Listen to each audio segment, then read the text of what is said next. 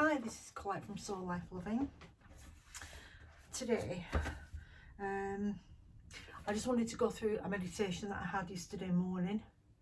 And also, I think it's Conversations with Jay mentioned something about who's to say what the measure of magic is to each individual. And I thought, that's a really good point. And because it coincided, it came after my meditation. I don't know where, there's a line of light. It must be coming in from the window. I don't know where it's coming from. I tried to move the camera, but then it fell over. And I had to start again. So we'll just put up with it. Hang on. Just let me... Oh, that's bloody awful. Oh, sorry. We'll have to do with no lights, apart from the shaft of light that's coming through my window. Anyway, so yesterday, because I was feeling a bit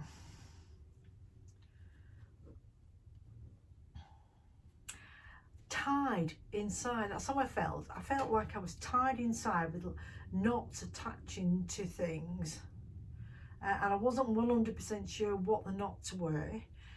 And at that point in time where I was feeling a bit knotted inside, I didn't actually care what they were. I just wanted to get rid of them. Point. And I was fed up because I had a really, really good 2 days, and then on that day yesterday I felt a bit, not the reaction because the weather had kind of gone windy and cooler, because I live in the UK and the weather's always like that every day. So it wasn't that, it was just things that were jangling me.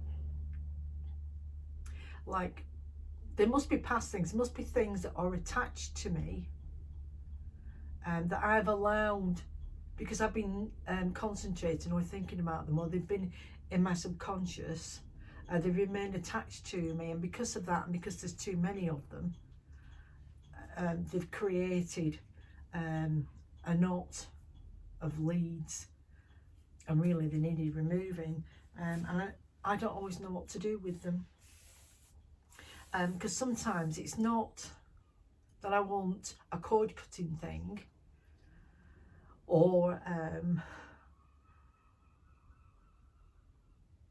Michael to just poke them with his divine light sword and it just in the core, because it didn't feel like they were coming from back within with me forward, because I've done a lot of work on them, but they did, and because of that, I could feel how they felt, and this didn't feel the same. This felt like people have been chucking lines out at me, and I picked them up and tied them and concentrated and thought about it as a problem solver that I am, and then I tied another one, and then tied another one, but then because I was looking from one to the other and concentrating, they'd woven themselves into a tangle, and I could feel it. So I like Pura Raza's, link below, guided meditations, and what I do is I go on videos and I just scroll and see what it lands on and see if there's anything pertinent until something clicks, and usually it clicks within the first 3 things of something. So I landed on a healing meditation with Raphael, and I thought, I'm sure I've done this a few times, but I couldn't remember what it was. It turns out that because I'd clicked the like button, so I knew I'd watched it before, but I honestly, when I was listening to it, couldn't remember ever in the past. And so I think that was divine forgetfulness, because it needed me to look at it.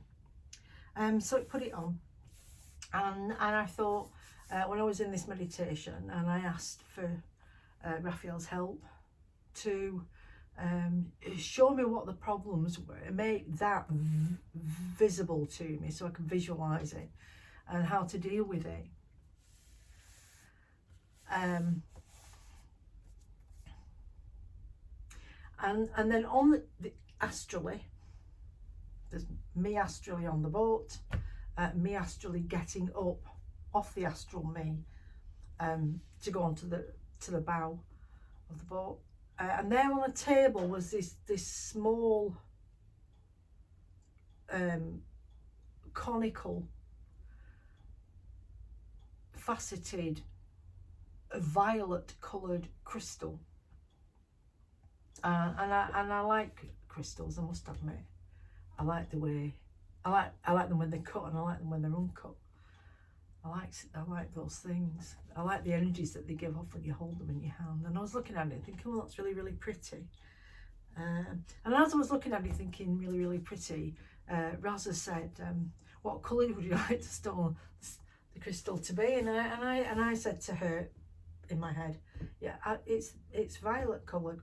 It's not that I picked it. I probably did, subconsciously or pre-subconsciously, but I didn't consciously. And there it was, and I picked it up and I held it in my hand. And as I was holding it in my hand, she said,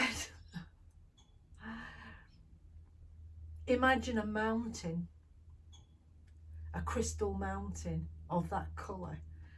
And in my mind's eye, I saw this huge violet coloured crystal mountain with a flat top, and it was glinting in the sun.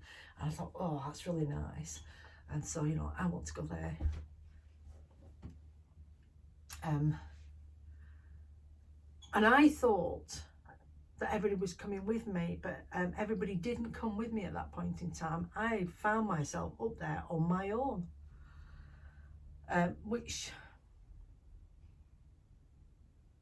doesn't normally happen. So I realised this was something I had to do myself. And so I was on this shiny plateau watching all the reflections and everything bounce off it. And in the middle was a hole. And I realised that this crystal fit in that hole. And because the day before I'd thrown this lost oracle card where there was a hand, an arm coming up through a portal, through a door in a portal with a golden key, and I thought, oh, but I didn't expect this, because I realised, oh, this is a same thing, this crystal. So I thought, I've got to go and put it in. So I toddled over and I put it in, and as I put it in, it just became part of the surface, and then it started to hum, like not just vibrate, it hummed.